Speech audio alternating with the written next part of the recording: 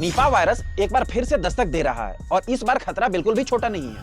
ये कोई आम वायरल इन्फेक्शन नहीं है, लेकिन निपा वायरस का फैटेलिटी रेट लगभग 40 से 75% तक हो सकता है, यानी एक कोविड से कहीं ज्यादा खतरनाक साबित हो सकता है। जनवरी 2026 में वेस्ट बंगाल के कुछ हिस्सों में कंफर्म केसेस सामने आए हैं, जिनमें हेल्थ केयर वर्कर्स भी शामिल है। हालांकि डरने की बिल्कुल भी जरूरत नहीं है, बस कुछ सावधानी और अवेयरनेस की जरूरत है। लेकिन असली सवाल यह है कि यह निपा वायरस आखिर फैलता कैसे है। निपा वायरस एक जूनोटिक वायरस है, यानी ये जानवरों से इंसानों में फैलता है।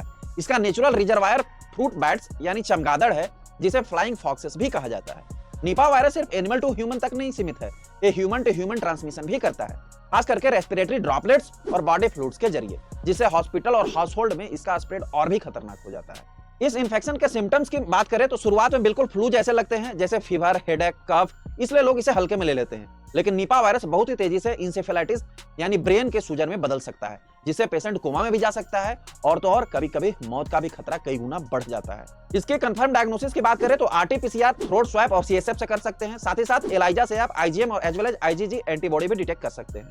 लेकिन सैंपल को हैंडल करते समय बीएसएल 4 लेवल की स्ट्रिक्ट सेफ्टी फॉलो करना बहुत जरूरी है, क्योंकि जरा से भी लापरवाही जानलेवा हो सकती है। अभी तक निपा वायरस का कोई कंफर्म वैक्सीन या स्पेसिफिक क्योर उपलब्ध नहीं है। ट्रीटमेंट में सिर्फ आप सपोर्टिव केयर तक सीमित हैं, इसलिए प्रिवेंशन ही सबसे बड़ा वेपन है।